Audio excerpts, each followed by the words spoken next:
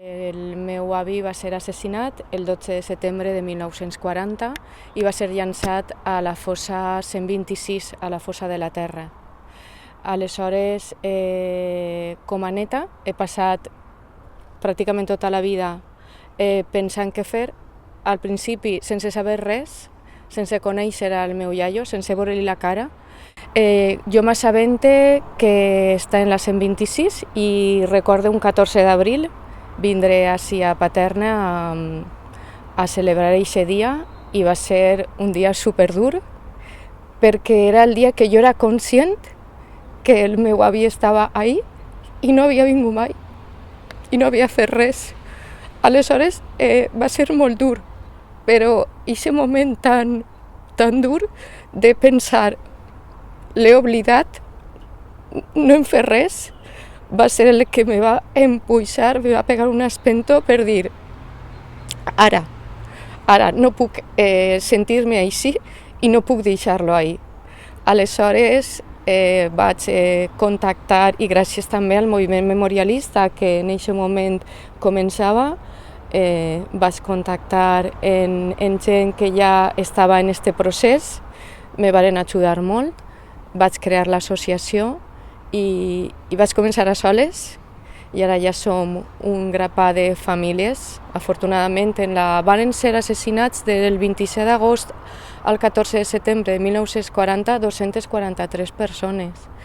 Ja som més de 100 famílies localitzades, som una gran família i entre totes hem aconseguit que la fossa estiga a hores d'ara buida en 2023. Quan me vull informar de què ha passat, una part important és com ha arribat la nostra fossa a ser així. Perquè quan jo he preguntat ara, fa un parell d'anys, a la germana de mon pare, que és la que viu, la xiqueta que no va conèixer a son pare perquè el van empresonar i el van assassinar quan ella va néixer, em va dir, jo sé molt poc, jo no he anat mai a Paterna, no he pogut mai, però ton pare sí. És a dir, que mon pare, en 13, 14 anys, 15, Matia diu que agafava la bicicleta al principi des de Picanya i després des de Xirivella i venia així a veure a son pare. En aquell moment era un túmul de terra en una xapeta que posava un número, 126. I per a mi ha sigut un tresor veure-les. Veure aquestes dones vestides de negre, dones silenciades que venien i no podien ni plorar, mos conten, no podien manifestar el seu dol, però elles així estaven. I per a mi ha sigut un acte de resistència també, que vingueren de negre i que vingueren a portar-los flors als seus.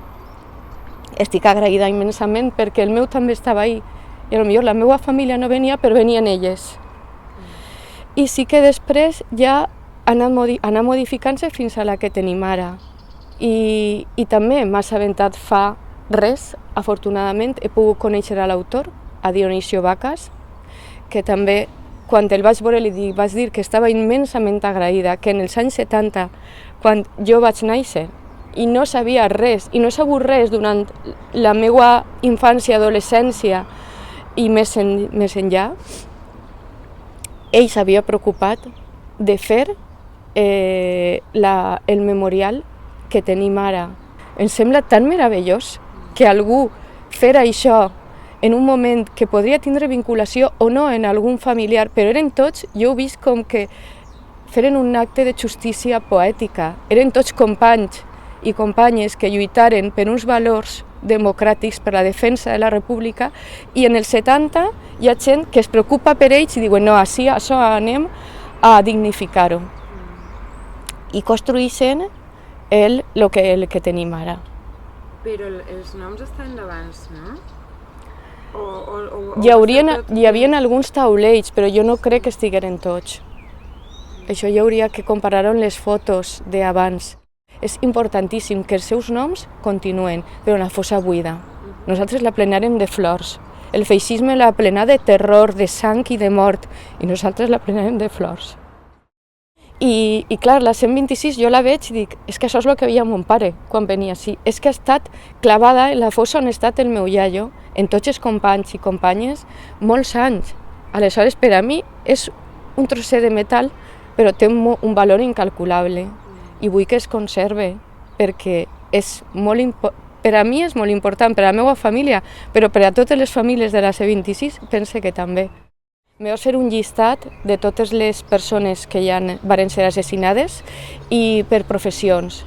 81 eren llauradors, aleshores, i després en tasques vinculades a la terra, però la majoria eren directament, estaven vinculats a la terra i a la vida, no? A la que sustenta a les famílies. Pensi que millor nom que la fossa de la terra, perquè què era el que ells defensaven? La dignitat, la llibertat, la defensa del seu país, de la seva terra, doncs la fossa de la terra. Per això jo sempre dic la 126 perquè sàpiguen de lo que parle, però la 126, la fossa de la terra, perquè el número 126 és el número feixista que el posarem. Per això també el que hem defensat sempre de no tornar-los al forat on es varen llançar.